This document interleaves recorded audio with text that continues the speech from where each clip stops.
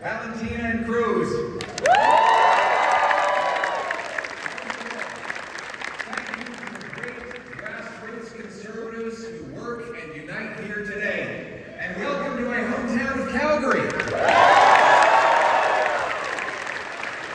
Conservatives from all over the country. Who's excited to be in Calgary in January?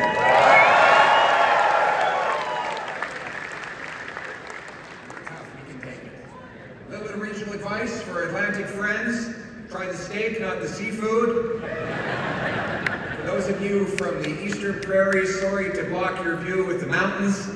To our friends in Toronto, enjoy your time outside of the center of the universe. I love seeing so many conservatives in one place, but it must freak the Liberals out enough to invoke the Emergencies Act.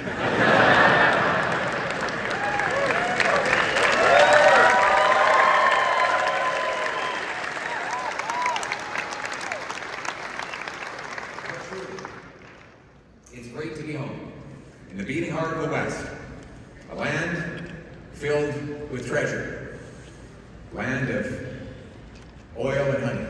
Yeah! The place that taught me my great values, opportunity as big as the sky, where a handshake and a word is a man's bond, and where a hard day's work is its own sermon. My parents taught me the value of $1 here in Calgary. My mother could sure stretch one. She's here over there. And my mother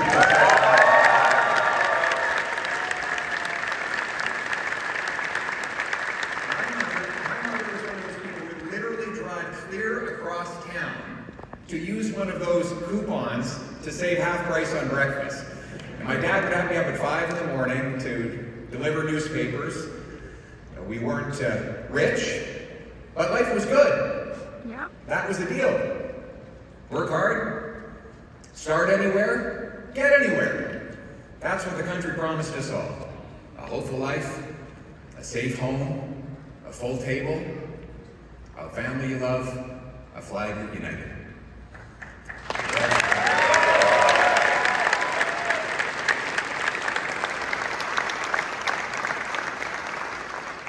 The Canadian promise, the deal, the professors might call it the social contract. The people have kept their part of that bargain. Working hard, spending less, following the rules. But unfortunately, the government has not kept its part of the bargain. Right now, as we gather, families are struggling to do the math. Young people are wondering if they'll ever have a job or a home. Worried parents are sitting at kitchen tables with empty fridges and empty bank accounts, and seniors worry that their savings might not last as long as their days. This Liberal government doesn't just leave people behind. It prices and shuts out youth from homes, workers from jobs, and families from groceries. Simply put, Canadians cannot afford life under the Liberal government. The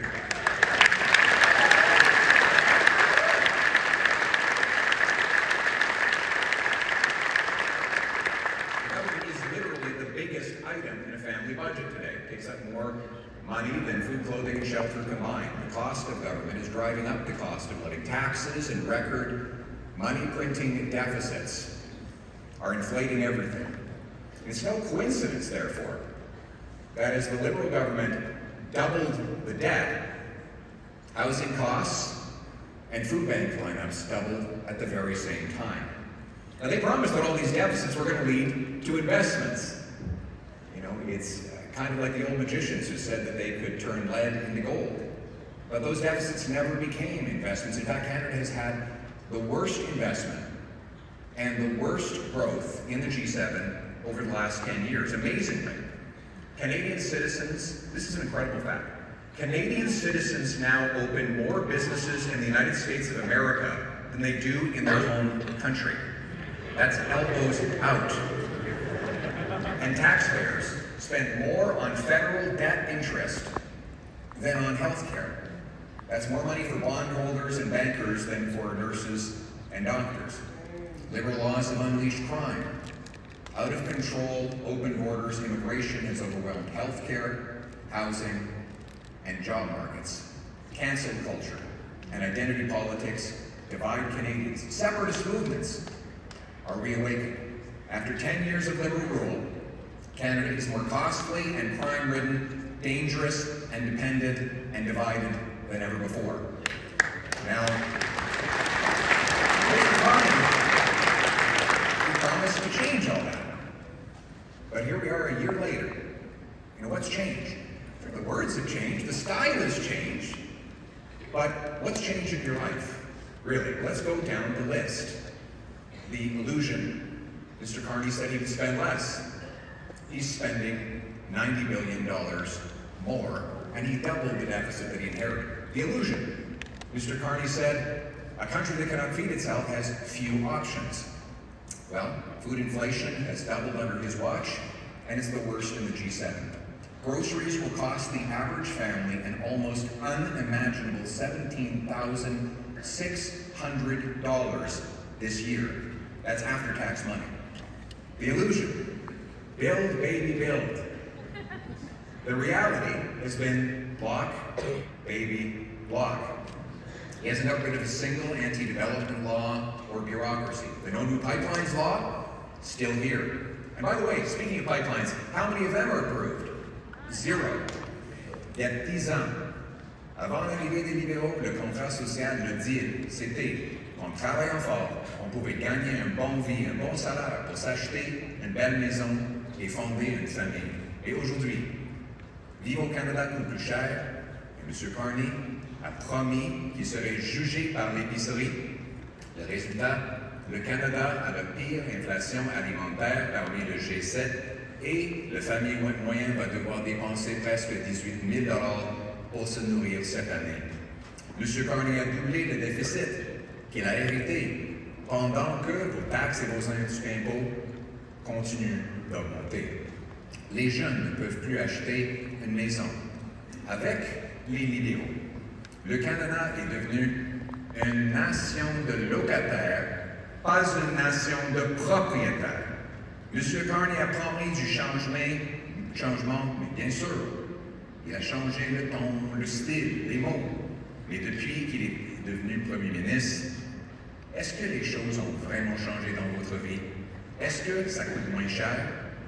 Je sais que M. Carney aime bien faire des grands discours autour du monde lorsqu'il force les Canadiens à payer plus ici. C'est clair. M. Carney, c'est un grand parleur ailleurs, mais un petit faiseur chez nous.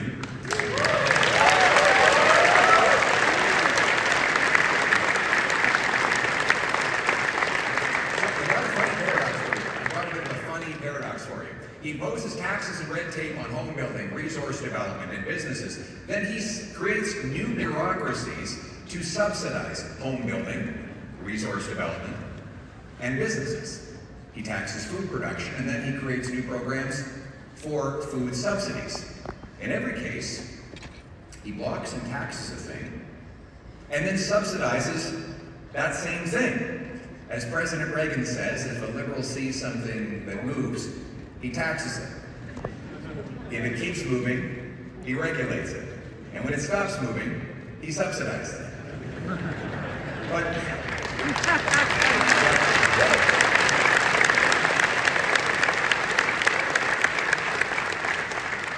why not just get out of the way and let things move? Right. Well, because then there'd be no role for him. No photo op, no power.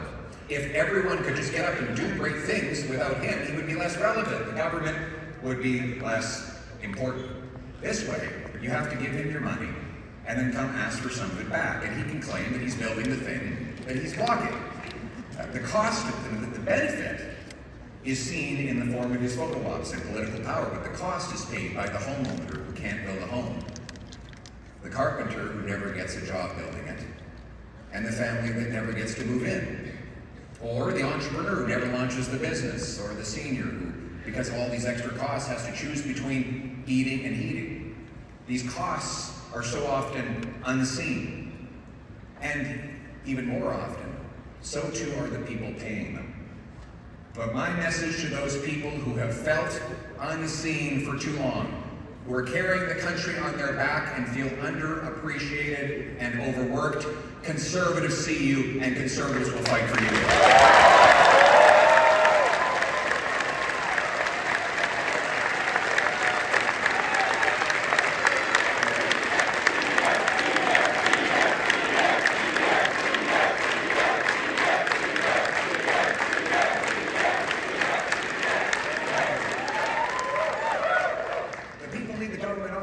Out of their way and by their sides. When I become Prime Minister, these great Canadians will not need to ask my permission to succeed.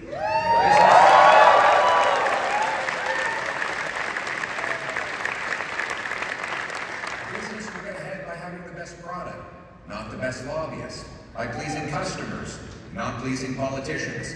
I love you too.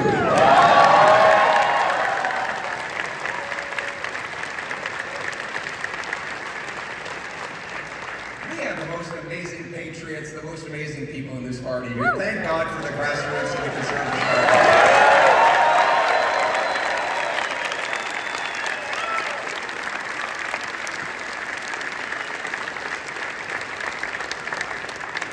The great people of our country. As I go around and I meet the people of this country, and I spend half my time doing that and half my time on Parliament Hill, it's become very clear to me that the common people, not the ordinary people, the extraordinary people, they have all the wisdom and the virtue to make their own decisions and run their own lives. They don't need to be bossed around.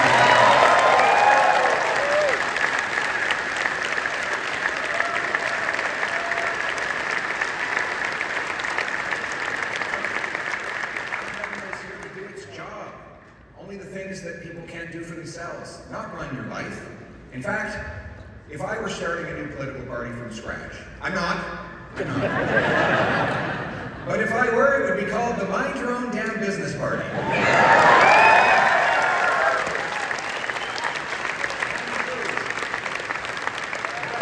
Respecting the constitutional jurisdiction of our provinces and getting the federal government to butt out of the affairs of Albertans and Canadians and other Canadians to make room to have a smaller government that makes room for the dignity of work and the soft, strong bonds of family. It was by fighting for these principles.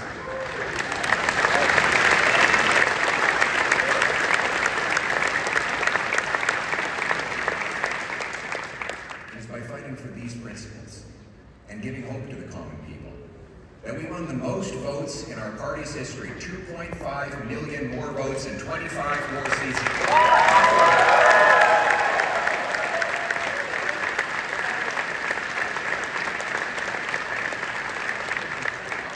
These votes in places that had never voted Conservative before. And now it is clear, Conservatives are the party of workers, including union workers, small business owners, and young people.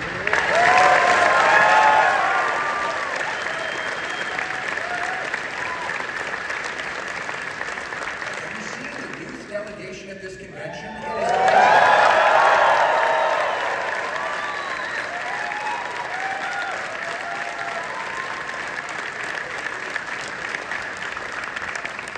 the past, when I was growing up, we would go to a Conservative convention and you look out at the crowd and it would be the Great White North. And we love the people with white hair, the wisdom that they share with all of us, but we also need a party that's infused with young people. And on that front, we are the youngest party.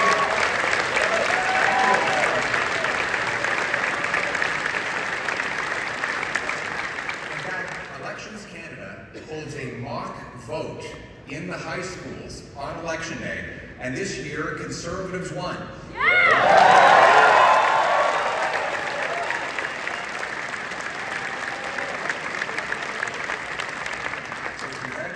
Parents, the kids are all right. Now, and every year, 1/3 of those high school kids, roughly, becomes eligible to vote for real. So we got to make sure we get them out to vote by continuing to inspire them every day and every way.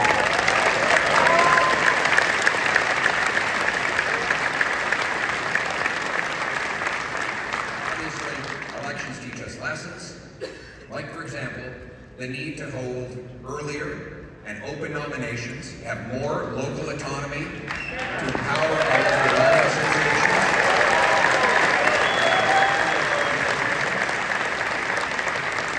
I want to thank all of you in this room who provided such valuable input in the lead up to and throughout this convention. You are the ones whose ears and whose feet are on the ground and have the best intelligence to bring us.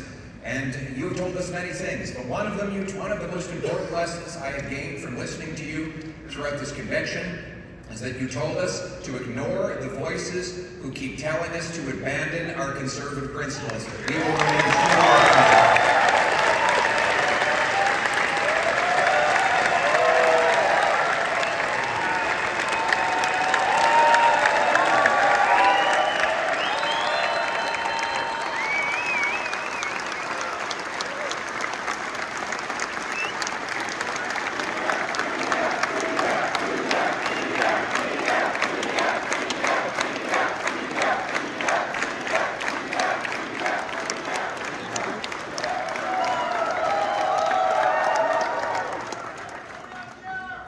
Thank you very much. You know, the issue of the principles that we hold. We won the debate in the last election on every single one of the big issues. On carbon taxes, inflation, housing, resources, crime, drugs, and soon we will be proven right once again on the wasteful and insane liberal gun grab.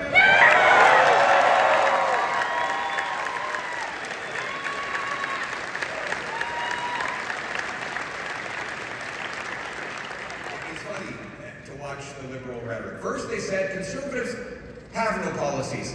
It's just slogans.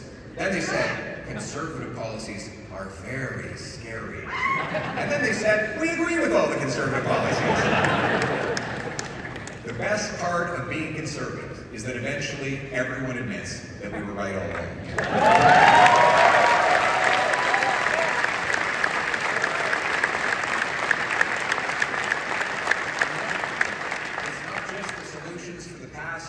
It's the solutions for the future that we offer the Canadian people that brings so much hope. Policies like an affordable government for an affordable life. See, stronger take-home pay requires lower taxes. A strong dollar that buys more requires we end inflationary deficits. Both require we cut spending on bureaucracy, consultants, corporate welfare, foreign aid, and handouts to phony refugees.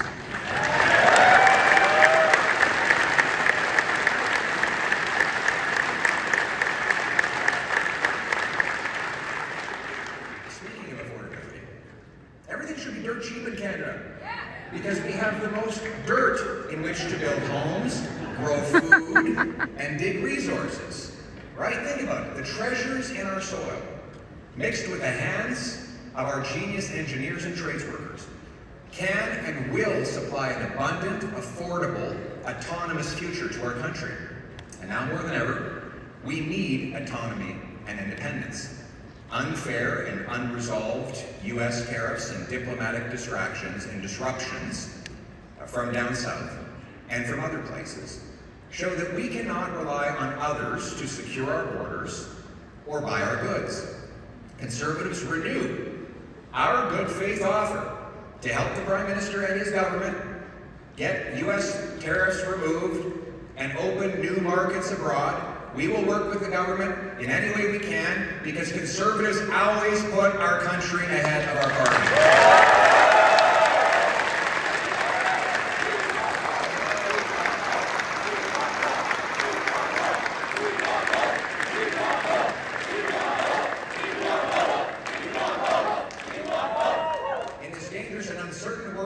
Canadians must stand united so we can stand on our own 2 feet. United and strong, Canadians will bow before no nation anywhere on earth.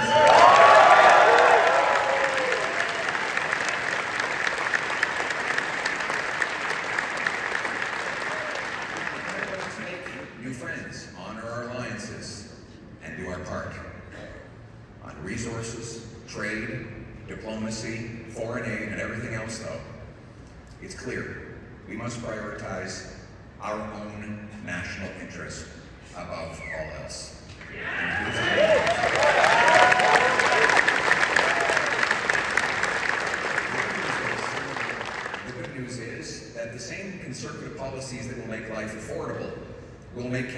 more self-reliant.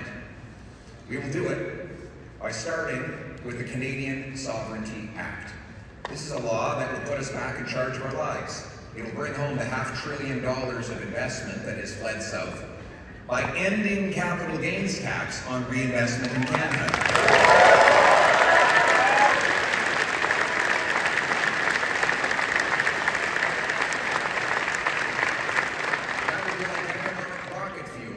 Startups, high-tech, and major job-creating projects. We'll replace anti-development laws like C-69 and C-48 with new laws that will quickly approve projects and allow energy shipping off our west coast. We will also quickly greenlight Danielle Smith's proposed pipeline to the Pacific.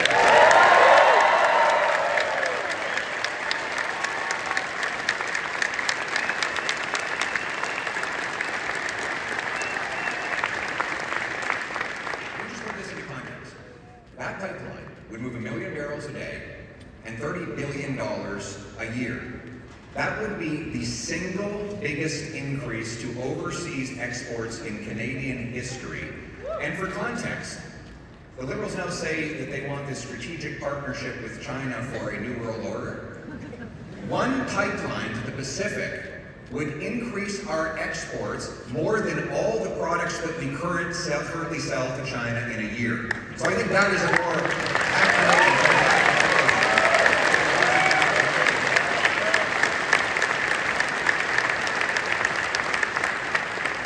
and the industrial carbon tax so that we can produce more steel, aluminum, and other things that it takes.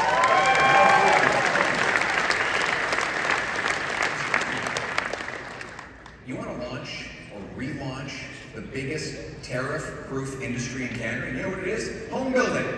No other country can tariff home building because it's built on Canadian homes, on Canadian land, with Canadian workers, using Canadian lumber. It is literally the most homegrown industry we have. So why don't we dedicate ourselves to working with all levels of government to remove all the taxes and all the red tape so that we can create jobs, harvest more lumber, and build homes that our young people can afford.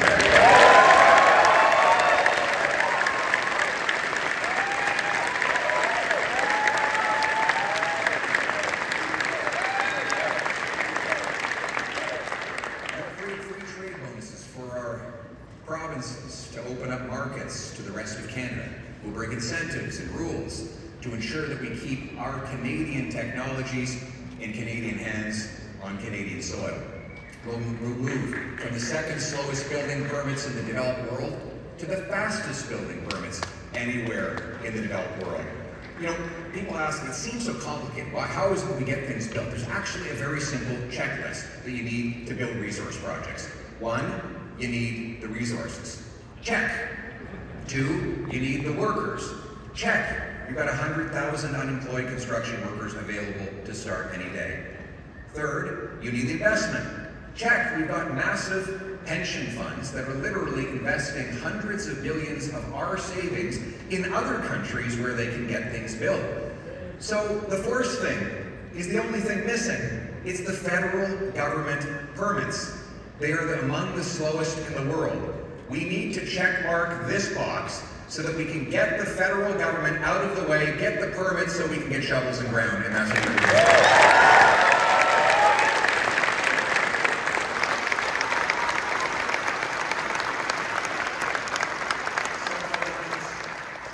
It requires self-defense. We must be a nation that protects our seas, skies, and soil, without depending on the U.S. or anyone else to do it for us. And that's what this is about.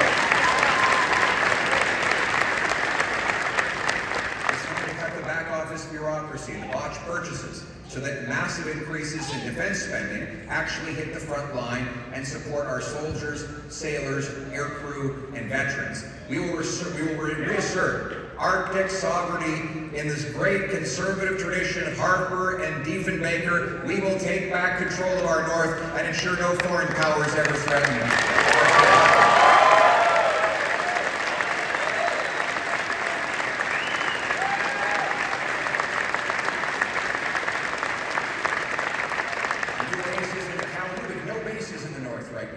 Arctic today. We haven't had any since the Cold War. We will open new bases in Iqaluit, Churchill, and Nuvik. 4 rather than 2 new icebreakers will break open that ice and open up new passageways for Canadians.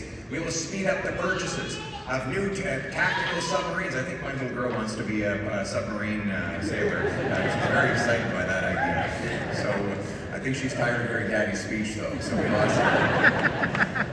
we will speed up purchases of new submarines, tactical helicopters, satellite ground stations, over-the-top radar, and we will quickly add an arsenal of drones that will cover more territory at lower cost and less risk to Canadian life so that we're ready for the future of warfare.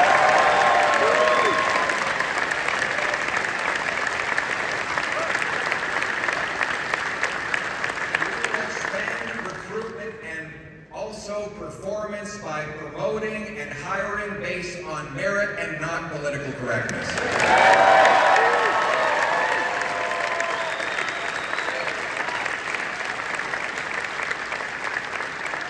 Forces will be guided by a warrior culture, and our government will be dedicated to its first responsibility, which is to take care of our precious veterans. They fought for us, and we will always fight for them.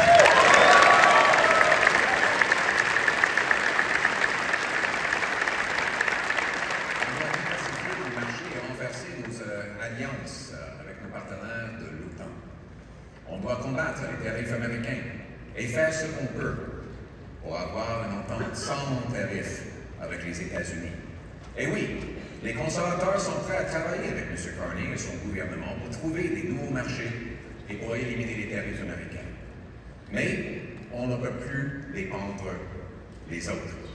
C'est pour ça que je propose la loi sur la souveraineté qui va nous permettre d'exploiter nos ressources naturelles, de ramener la production ici au Canada, avec des emplois payants et un dollar et un pouvoir d'achat plus fort, pour qu'on puisse être vraiment, véritablement et finalement maître chez nous.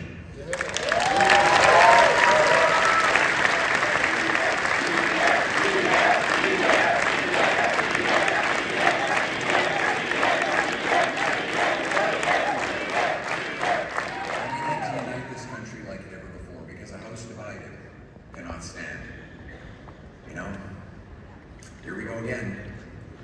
Liberals are in power, and just as night follows day, separatist movements are in resurgence back in Quebec and here in Alberta. These movements, which had been dormant or even dead when Prime Minister Harper left office. Now, we can simply attack people who feel this way, or we can ask them why. Why in Alberta and Quebec? Why particularly among young people in those provinces have so many lost hope in Confederation?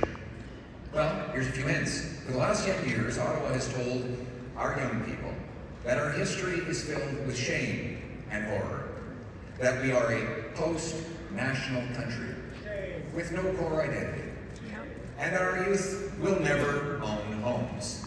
But other than that, they should feel great about being united in Canada. All the while, the federal government stomps on Alberta's energy sector and Quebec's jurisdiction. Now, our message to those youth and to all of the people in Alberta and Quebec who are losing hope in our country: you will again have a country that respects your autonomy, is proud of your industries, unites us around our common identity and history, a country that will afford you the hopeful future that you have earned.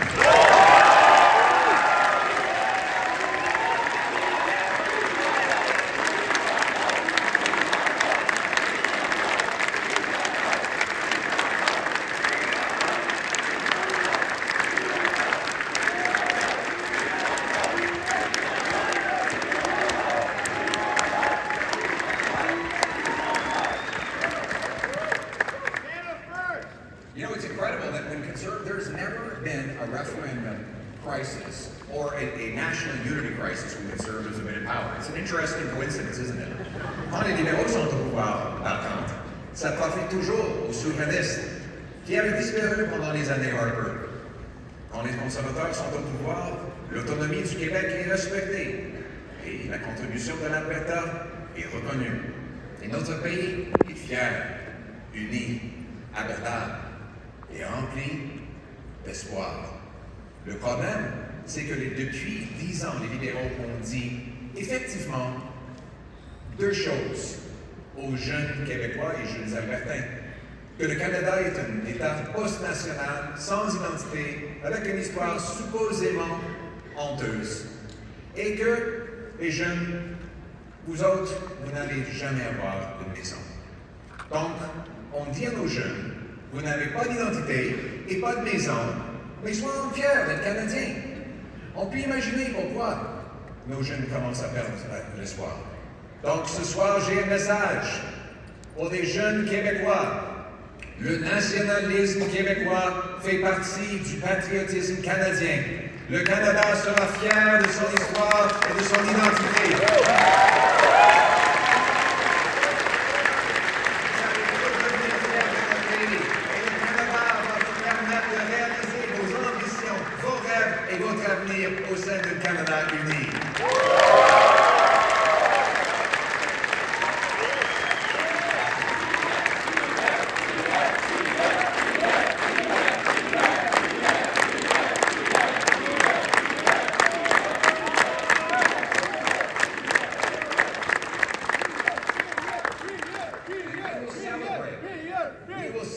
Rather than tear down our heroes in history. That's right. Our museums and heritage programs will tell the unvarnished truth that Conservatives have known all along. This is the greatest country on earth precisely because of the goodness of those people who came here and sacrificed before us.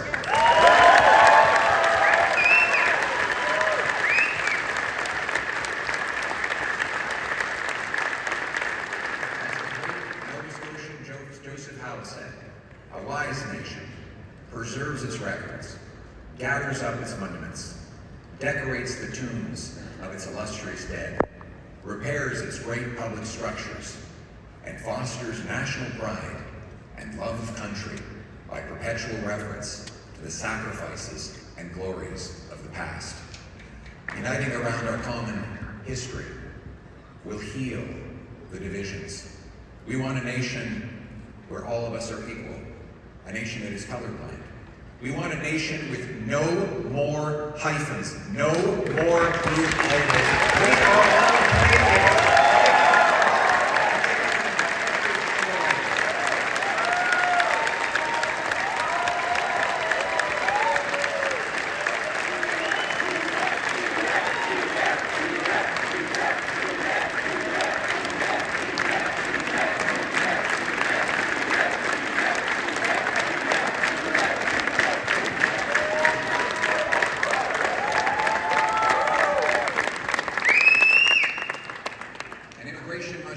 Our national interest as well. We will welcome those who contribute, and we'll make sure that their skills are recognized so that they can get licensed to work as doctors and nurses in our country and reduce wait times in our hospitals. At the same time, we must cap immigration at numbers we can integrate into our jobs, housing, healthcare, and community.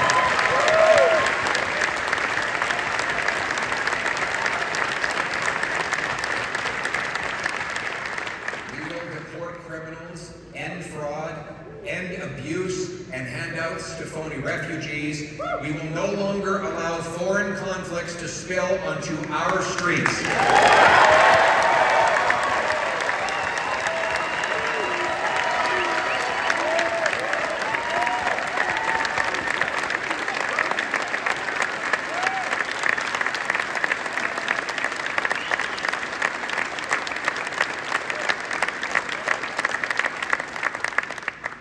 Unite to end anti-Semitism and the attacks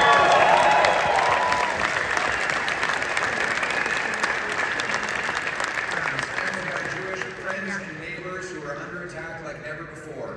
We want Jews to feel comfortable and safe. They should be able to wear the Star of David, put up with the Sousa, and wear it everywhere and every project.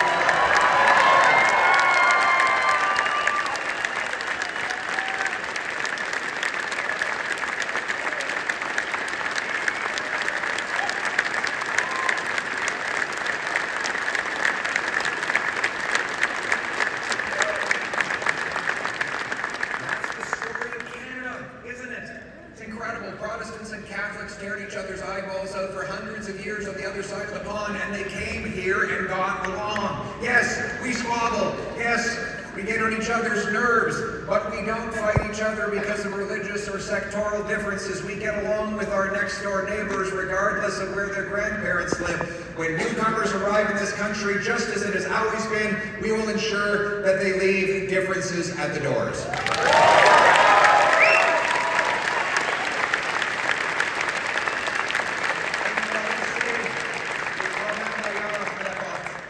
We must restore security at home. Crime has gotten so bad in this country that in Toronto, the police tell people to leave their keys at the door so that thieves can more safely steal their car in the middle of the night. In Brampton, people are literally being told that because there is an extortion wave on their particular street, they should move into their basements to minimize being hit, the chance of being hit by a stray bullet. In Canada, you're right. It's not just stats.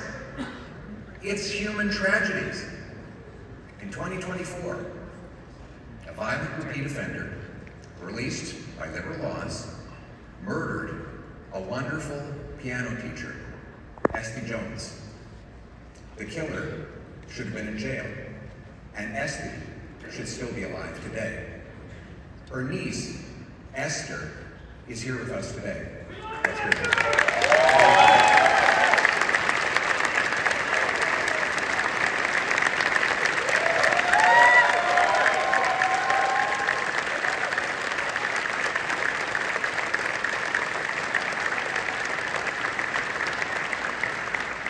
She decided to turn this terrible strategy into action, this terrible tragedy into real change.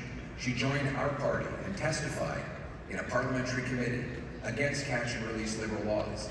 And together with her, together with you, Esther, we will work to pass laws requiring that anyone convicted of 3 serious offenses will have a minimum of 10 years in prison with no jail, parole, probation, or house arrest.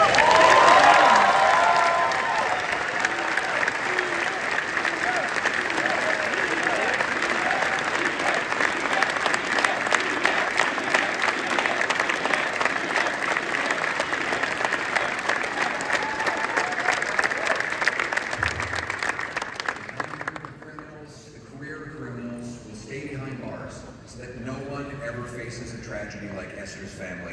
And I can tell you, Esther, that your wonderful aunt will have an incredible legacy because her story will inspire us to take the action that will save so many other lives. Thank you.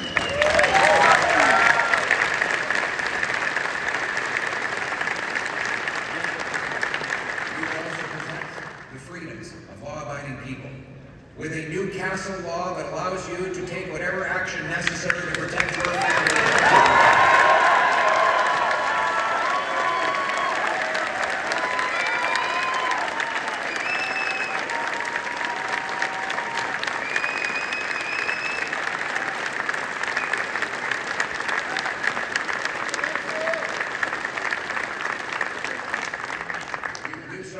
By protecting the rights of law-abiding firearms owners, stopping the Liberal grab.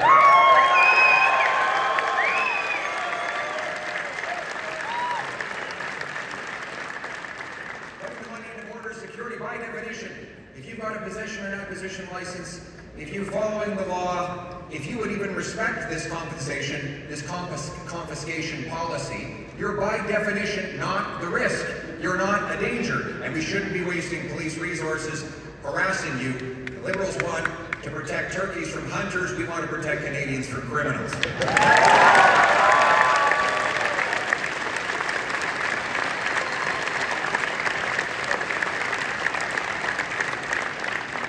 we will protect your religious freedom. We will stop the Liberals from censoring politically incorrect Bible verses. You will have the ability to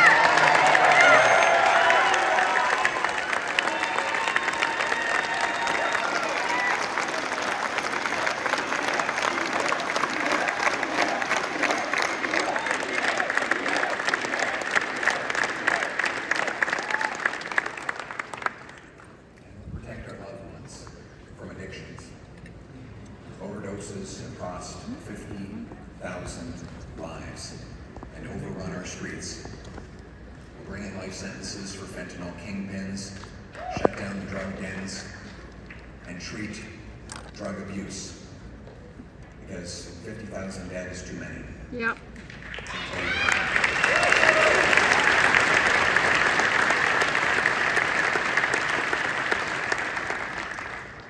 After years of intense struggle with drugs, Kirk was determined to take his life. While driving on the Sea to Sky Highway, he took off his seatbelt and he drove full speed into a rock wall. But God was not finished with him yet. Kirk survived. And he later said, that moment, I decided I was going to change my life. Kirk entered recovery, counseling, group therapy, exercise, and yes, faith. It was hard, but it saved his life.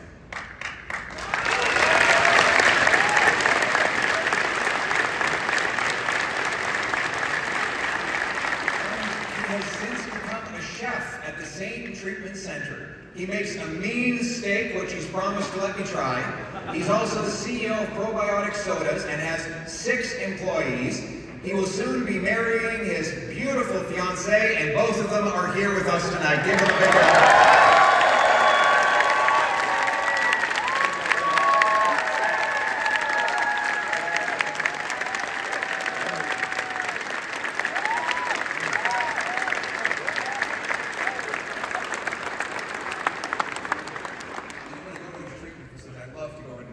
Mostly the young men who were in those places, turning their lives around. And I walk in and I say, I'm not here because you need me. I'm here because, frankly, I'm here because I need you. Canada has a job for you to do. You need to get better and go out and pull the next guy off the street. And he's going to come in and get better, and he'll go back out and pull the next guy off the street, and we're going to keep doing that again and again.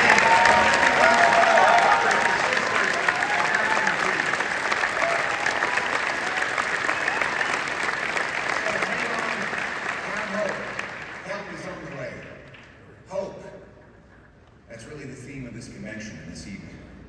Hope is on the way for our people as well. But hope is not just a comforting blanket. Hope is the knowledge that your work will fulfill your purpose, your why. He who has a why can bear any how, Viktor Frankl wrote in the great book, Man's Search for Meaning. That thing that you call meaning could be for you a home, a career, a family, a business. Seeing your autistic daughter speak for the first time is the thing.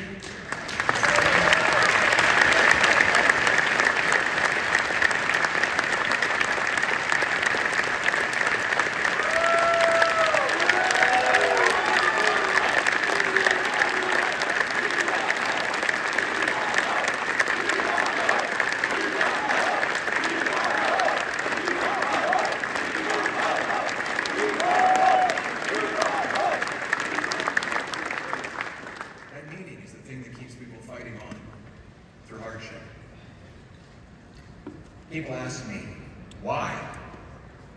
I keep going. You know, the slings and arrows, they're these apart. Constantly being away from family. That's the hard part. You know, my little boy, Cruz, cut out and colored a little paper Spider-Man and gave it for me to take on the road to stop bad guys.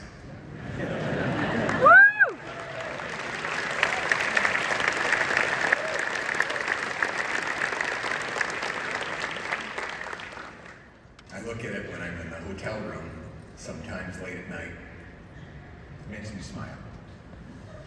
I see all those little scribbles and cut marks and imagine those little figures working away. And I know that one day I'll come home and those fingers will have grown big. And I miss it. And too often, I kiss my wife and daughter goodnight through FaceTime. So I keep going. Because we want our kids to have the same promise that we had. Because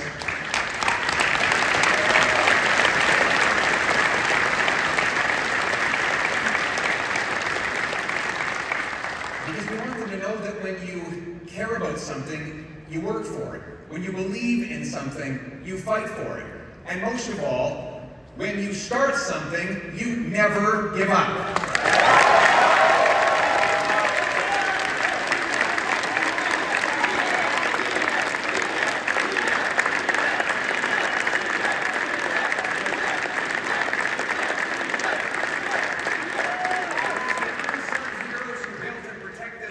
Who have it infinitely harder than I do. They never give up, so I have no right to give up.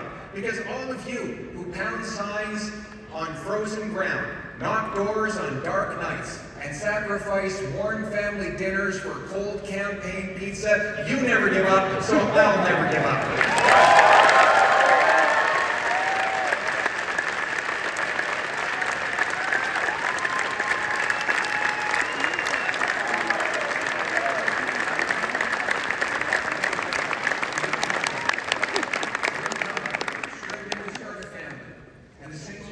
Fighting each day to feed her kids, they never give up, so that we never give up. Because the Canadian Pacific Railway workers who pounded spikes into frozen ground and forged steel ribbon that united East and West, they never gave up, so we never gave up. Because the Canadian teenagers living in frozen, rat-infested trenches, who had it infinitely harder than we do, they fought on, they never gave up, and they won wars so that we will never give up on our country.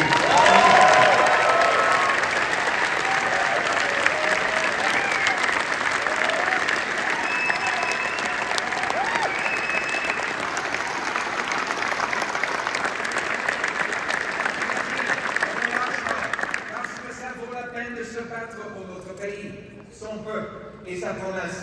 Because we are Canadians, only Canadians, could carve the world's best country out of a big, cold, vast land, because we never give up, we never back down, we never run away, we stand united, tonight, together, always, because this country, its people, and promise are worth fighting for, because while some say this is as good as it gets, we know the best is yet to come.